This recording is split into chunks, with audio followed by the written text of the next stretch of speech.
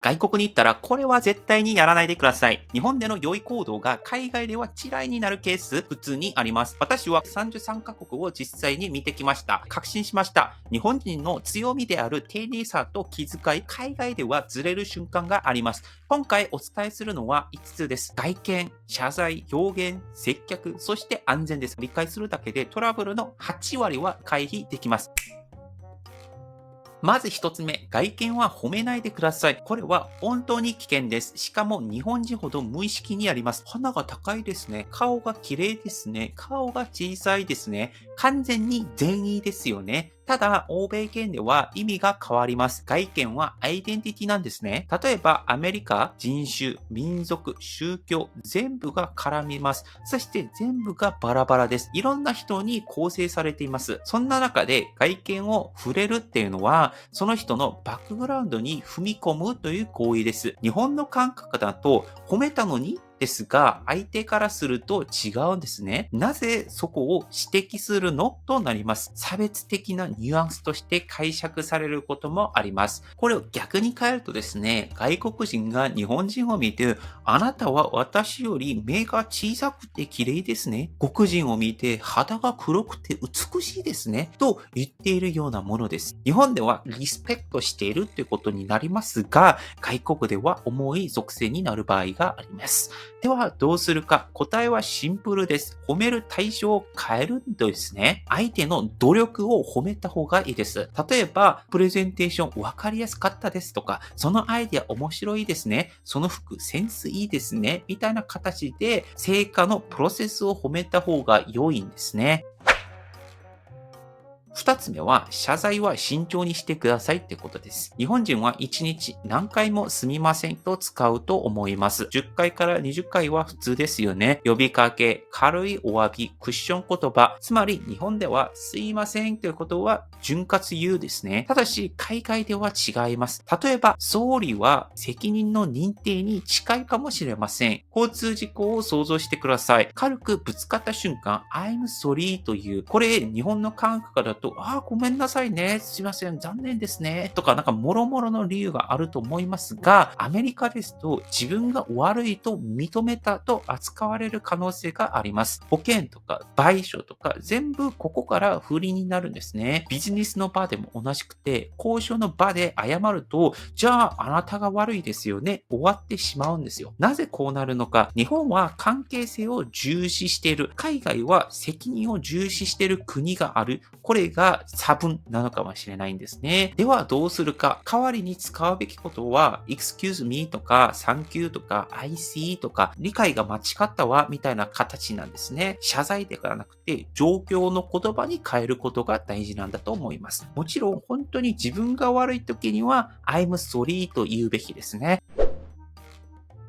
で、3つ目は、表現はしっかりしてくださいってことです。ここは日本の皆様が一番損するポイントなのかもしれません。日本では言わない美徳というのもありますよね。空気を読む、余計なことを言わない、相手を立てる。これは高度なスキルです。間違いなく強みです。ただ、海外では評価されないことも多いと思うんです。むしろ逆になる場合も多いと思うんです。例えば、海外の会議で発信が何もなかったらどう見られるのか、何も考えていない人になる可能性があります。日常でも同じでして、例えば韓国行って注文をミスをしました。変なものが出てきました。そこで何も言いませんでした。そうした場合、店員側からしたら、なんであなたは何も言わなかったのに、後から文句言ってくるのってなるんですね。もしそこで、注文ミスした自分から、もしくは店員側からミスがあった場合は、韓国ではそれをストレートに言った方がお互いコミュニケーションが円滑に通じます。他にもホテルで例えば隣の部屋がうるさいとか接客がおかしいってなった時に何も言わなかったら向こうも何もしてくれないんですね。そこで後からレビューでこのホテルはクソだって書いてもそのホテルの方からしたらちゃんとその時に言っとけばよかったんじゃないですかってなるんですね。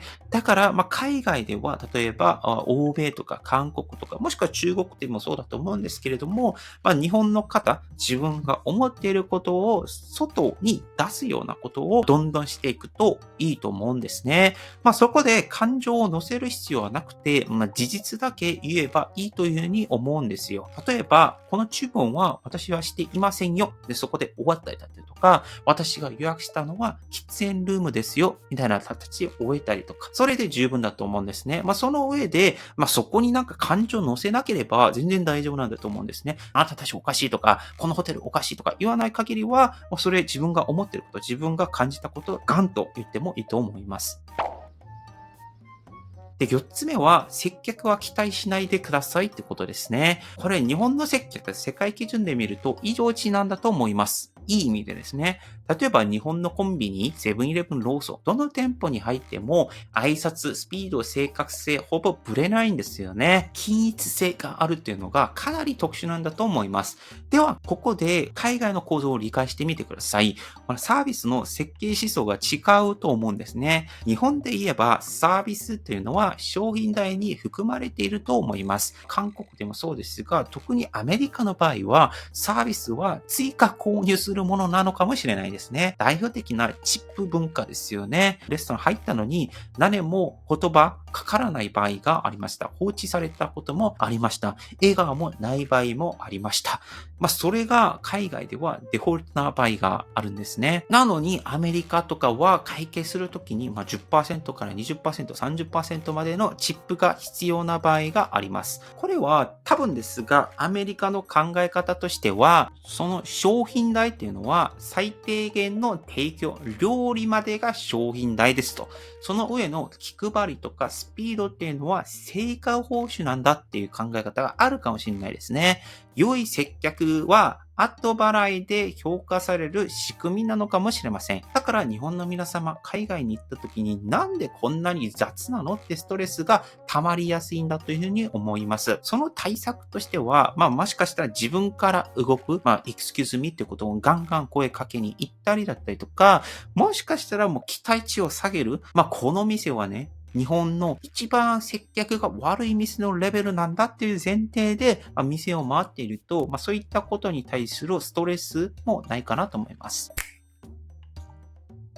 5つ目はですね、身の回りを大切にしてくださいってことですね。これは日本に居続けると壊れる感覚だと思います。日本のカフェではですね、MacBook とか携帯を置いて席を離れてトイレとか行ってきて戻っても大丈夫な場合が多いですよね。電車でスマホを握ったまま寝れますよね。財布をテーブルに置くってこともありますよね。もちろんね、一部は盗む人もいると思うんですけども、95% 以上は多分大丈夫ですよね。実際にですね、東京で財布を落としても 54% は戻ってくるらしいです。ただ、海外は完全に別世界なんですよ。それが特にヨーロッパのパリとかローマではひどくてですね、観光客のスリ被害、体育館でも数%レベルはスリにさらされていると思うんですね。だから100人の観光客の中に5、6人がスリをされるかされかけたっていうのがあるレベルなんだというふうに思います。先ほど携帯握って寝るっていうかあると思うんですが、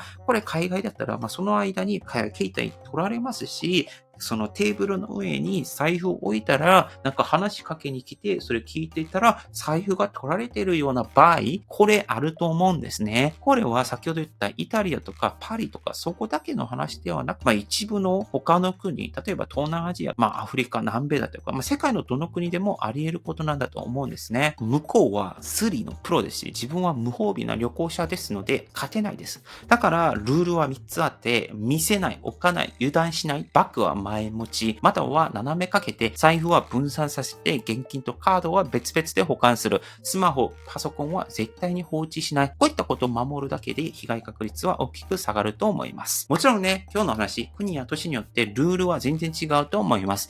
でも、今日の5つはどの国に行っても、どの場面でも意識して損はないというふうに思うんですね。一つ確実なのは、日本の当たり前は世界では特殊な可能性があるということ。日本は相手を思いやる文化が非常に強い。だからこそ、その輪に海外に持っていくとずれることがあると思います。丁寧すぎて、優しすぎて、結果的に不利になる場合があると思うんですね。舐められる場合があると思うんですね。ここで重要なのは適用です。捨てる必要はなくて、使い分けるだけですね。日本ではこういう考え方を使う。海外に行ったらこういう考え方を使うということですね。この5つを意識して海外に行ったらいいと思います。今日も面白かったらぜひチャンネル登録、高評価、そしてコメントもぜひぜひぜひお願いします。以上、パクンでした。アニョ